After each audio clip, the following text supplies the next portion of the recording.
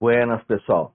Vamos começar a falar, então, vamos continuar falando sobre a reforma tributária e vamos falar aqui, para mim, sem sombra de dúvida nenhuma, do ponto mais complexo de toda a reforma tributária, que é a questão da compensação de perdas com o ICMS. E eu falo que é o ponto mais complexo porque eu confesso para vocês, eu tenho humildade suficiente para falar que eu tive de ler esse artigo 131, 132 umas 30 vezes. E durante a leitura, muitas vezes eu me pensava com aquele meme na cabeça do isso. Porque é uma contradição absoluta, absurda, a reforma colocar como princípio fundamental da reforma a simplicidade e criar algo tão complexo quanto esse conjunto de artigos 131 e 132. Que eu, professor de direito tributário, há muito tempo, tive uma dificuldade incrível, tive de buscar fontes da própria reforma dentro do debate parlamentar para conseguir entender isso aqui e compreender o que o legislador queria dizer, né, qual o mecanismo que ele adotou. Isso por quê? Porque, a rigor, nós vamos ter a reforma tributária com um prazo de transição até 2097 por conta.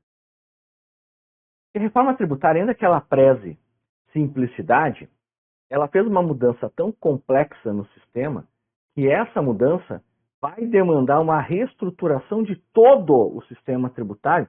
E aqui eu não falo tão somente a mudança dos tributos. Eu falo de uma garantia de que eu não vou ter perda de arrecadação, que é o grande problema de um sistema federativo, em que eu tenho ordens jurídicas sucessivas. E essas ordens jurídicas têm despesas específicas. Então, hoje, o grande problema da reforma tributária é justamente esse. Até onde ela vai, de fato, representar redução da carga tributária e simplificação do sistema. O que nós vamos ver aqui é justamente o contrário. E por quê? O artigo 131, ele vai estabelecer a nossa regra básica. De 2029 a 2077, essa aqui é vamos botar assim, já é a segunda fase da reforma. O produto da arrecadação dos estados, dos distritos federais e dos municípios com o IBS será distribuído a esses entes federativos conforme o disposto neste artigo. Então vamos entender primeiro, vamos voltar um pouquinho como funciona o IBS. Hoje eu tenho 27 legislações de ICMS, 27 guias. Hoje, tudo online, mas poderíamos ter 27 cores de guias, códigos de guias, tudo diferente. Então, o código de recolhimento de ICMS no Rio Grande do Sul é um, código de recolhimento de ICMS no Paraná é outro, o código de recolhimento de ICMS sobre produto agrícola no Paraná é um, no Mato Grosso é outro. E temos, em tese, 5.559 legislações de ISS e 5.559 arrecadações. Porque temos 5.558 municípios mais o DF. Nós vamos transformar tudo isso num único tributo, que é o IBS, que é a soma do Imposto de Circulação de Mercadorias e Serviços, a soma do ISS, Imposto sobre Serviços, mais o IOF sobre operações de seguros, que sai do IOF, né, o fato gerador de operações de seguros sai do IOF e ingressa no IBS. Mas essa não é nem a principal mudança. A principal mudança é a forma de tributação. Por quê? Hoje eu tenho tanto ICMS quanto ISS sendo tributados na origem. De onde sai o produto, onde é prestado o serviço. E com o IBS eu vou ter a tributação no destino. Se eu tivesse uma economia nacional unificada, eu conseguiria fazer essa mudança sem maiores dificuldades, mas eu não tenho. Eu tenho estados que são altamente produtores e estados que são consumidores. Então, o que eu estou fazendo é, hoje, se eu simplesmente hoje instaurasse o IBS, ou lá em 2033, Eu simplesmente estaria tirando a arrecadação de quem produz e passando a arrecadação para quem consome. E aí eu ia ter uma queda drástica de arrecadação em vários estados. Para evitar isso, eu vou ter um prazo de transição de 2029 até 2097. Até 2077 eu vou ter retenção. Depois eu vou ter ainda até 2097, eu vou ter o adicional lá de 5% do 132. Então a reforma tributária, ela vai demorar 60, se a gente contar da publicação dela, ela vai demorar 74 anos para ser completada. Eu, com certeza, quando ela terminar, eu não vou estar mais vivo. Quem tem aí seus 20, 21, 22 anos, 23 anos recém-formado, provavelmente talvez chegue lá. Mas eu não vou. Então, a reforma tributária para mim é eu não sei exatamente o que vai acontecer. Mas vamos lá. Qual é o problema, então, como a reforma tributária, já de antemão, sabendo que eu vou ter redução de receita tributária, como a reforma tributária operacionaliza para que essa perda de arrecadação não ocorra? E ela utiliza duas hipóteses, duas figuras. A primeira é as alíquotas de referência. Se o ente, e é uma faculdade, a gente já falou disso, alíquotas de referência, elas são sempre facultativas. Se o ente, Estado, município ou DF, adota as alíquotas de referência, ele tem garantia que não há perda de arrecadação. As alíquotas de referência sempre vão ir se adequando para que seja mantida a arrecadação otimizada, a arrecadação ideal daquele ente público. Muitos municípios, com certeza, em vez de estar calculando todo ano se vai ter perda ou aumento de receita, vão aderir à receita, à alíquota de referência, que é fixada em forma compartilhada, fixada pelo Senado Federal com o apoio do Tribunal de Contas da União. Agora, se o ente fixa alíquotas de referência acima, se o ente fixa alíquota acima da alíquota de referência, eu vou ter duas situações. Então, vamos imaginar que nós tenhamos ali a alíquota de referência do IBS em 20%, sendo de 17%, 17 não, 20%, sendo 6% para os municípios, para o município A, né, que vai ser uma alíquota de referência para cada município e uma para cada estado, e 14% para o estado B. Vão ter várias alíquotas de referência. No IBS municípios eu vou ter mais de 5 mil. Em relação aos estados eu vou ter 27. Então, vem a alíquota de referência, vamos imaginar um IBS total de 20%, sendo 6 para o município A e 14 para o estado B. Se o município adotar a alíquota de referência, ele vai sempre garantir que não vai haver perda de arrecadação. Agora, aí tu pensa, se eu sou prefeito, eu vou fixar a minha alíquota lá em cima, né? Vou sempre estar acima da alíquota de referência. A alíquota de referência é 6, e 6 garante que eu não vou ter perda de arrecadação. Eu vou fixar em 7, que eu vou ter superávit, né? Essa é a lógica. Bom, aí vem a própria reforma e diz, mas não vai ser bem assim. Se tu adotou a alíquota de referência, a alíquota de referência por si só garante que não teremos perda de arrecadação. Agora, se o ente fixar acima da alíquota de referência, para o valor fixado acima da alíquota de referência, esse valor vai ser entregue diretamente para o ente. Então, a alíquota de referência é 6, o município fixou a alíquota dele em 7. Esse 1% vai ser entregue diretamente. Por quem? Pelo comitê gestor do IBS. Lembram, o IBS não vai só unificar a legislação. Todo o IBS vai ser recolhido nacionalmente para um único órgão, que é o comitê gestor do IBS. Então, nós vamos ter uma nota fiscal única. O teu CPF na nota, hoje, se tu quer receber, se tu compra de todos os estados, e tu quer ter essa espécie de cashback fiscal hoje, tu vai ter que fazer cadastro em cada um dos estados. Ou, no caso dos municípios, em cada um dos municípios. A partir de 2033, com a entrada plena do IBS, isso acaba e vai ter uma nota fiscal única de IBS e de CBS para todo o Brasil. Por quê? Todo o valor vai ser recolhido para o mesmo ente, que é o comitê gestor. Então, o comitê gestor ele vai prontamente entregar tudo aquilo que estiver acima da alíquota de referência. Está acima da alíquota de referência, vai ser entregue. Agora, para aquilo que está dentro da alíquota de referência, que é o artigo 130 do ADCT, incluído pela reforma tributária, aí vai ser adotado o regime de transição do artigo 131 e 132. E aí que a porca torce o rabo, porque esse regime de transição ele é extremamente complexo. Tão complexo que eu tive que, para explicar para vocês, dividir ele em 4 fases distintas. Então eu tenho 4 fases, ou 4 etapas, ou 4 momentos, chamem como quiserem, em que eu vou ter essa nova distribuição da receita tributária. Para a gente entender o que vai acontecer aqui, vamos pegar a seguinte situação. Vamos imaginar, para a gente entender o que significa o 131, 132, vamos imaginar um sistema de ônibus, né, de transporte coletivo, que hoje é o IBS. Imagina que esse sistema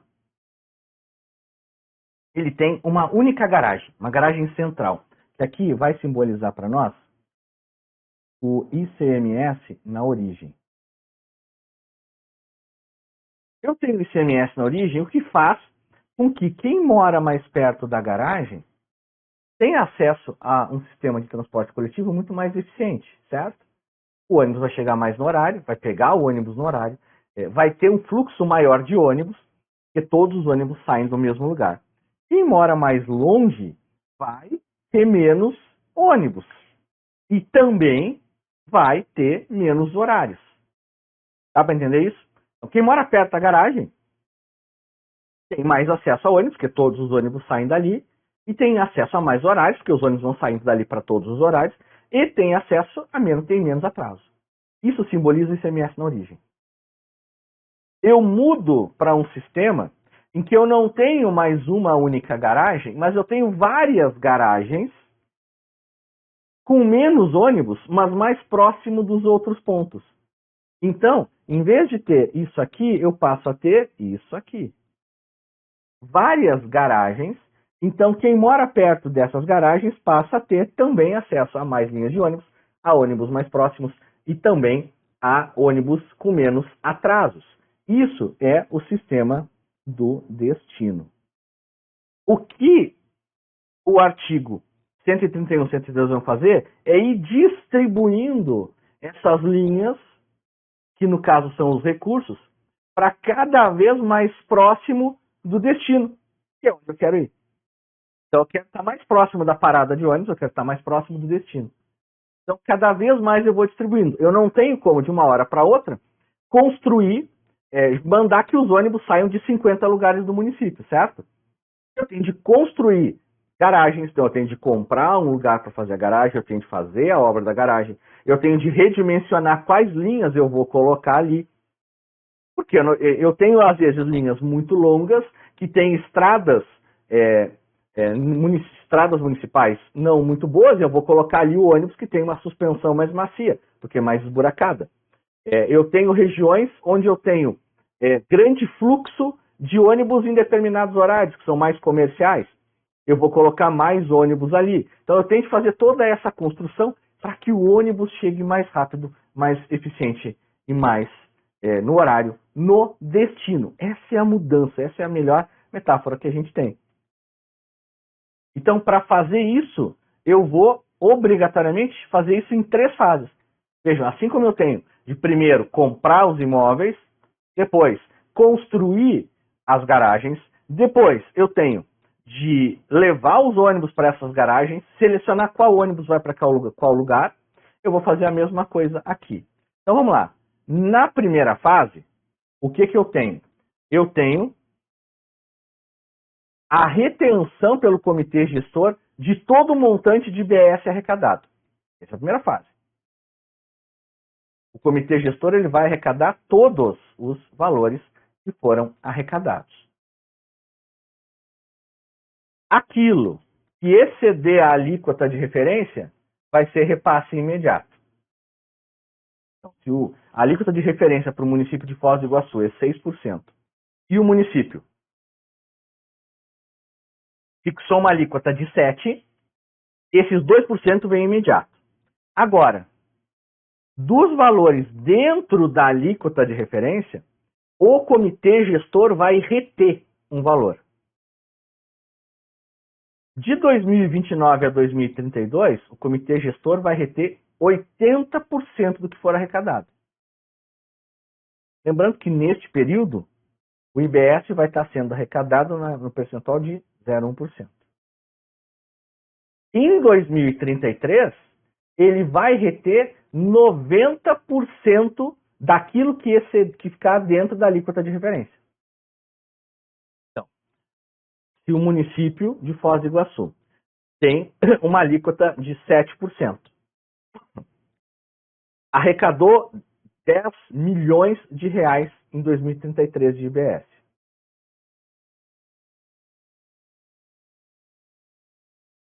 Do que exceder a alíquota de referência, vai vir tudo imediatamente. Então vamos botar que desses 10 milhões de reais, 9 milhões de reais é dentro da alíquota de referência. 1 milhão já foi entregue. Desses 9, 90% vai ficar retido. Retido lá no comitê. Quer dizer que o comitê vai pegar para ele? Não, vai voltar, só que vai voltar de outra forma. De 2034 até 2077, esse patamar de 92% de retenção, ele vai caindo à razão de 1,45% ao ano, para finalizar em 2% em 2077. Então, no primeiro ano ele vai reter 90%. Na verdade, em 2034, 88%.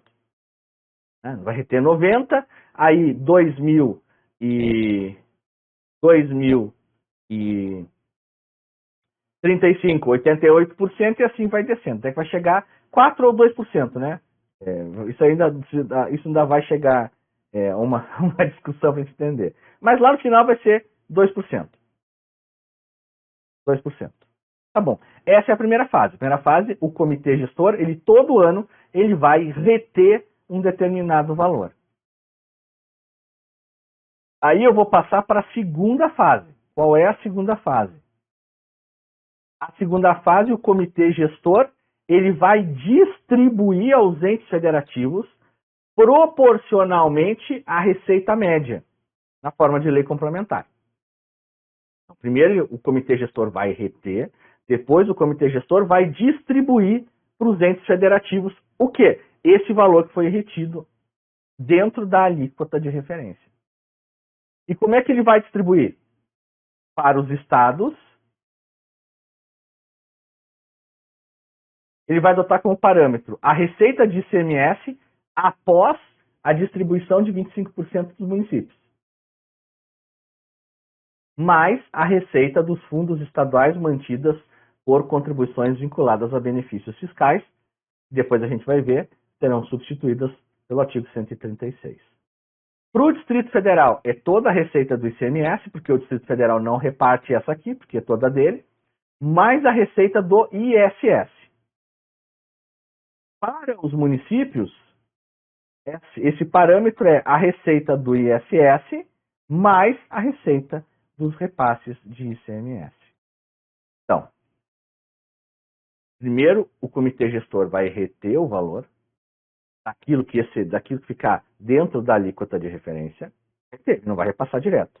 Ele vai fazer cálculos. Ele vai fazer uma proporção à receita média de cada ente. Por isso que esse comitê gestor vai ser um órgão burocrático gigantesco. Os estados, o que considera receita? A receita do ICMS, depois de repassar para os municípios, e a receita dos fundos estaduais, existentes até 30 de abril de 2023.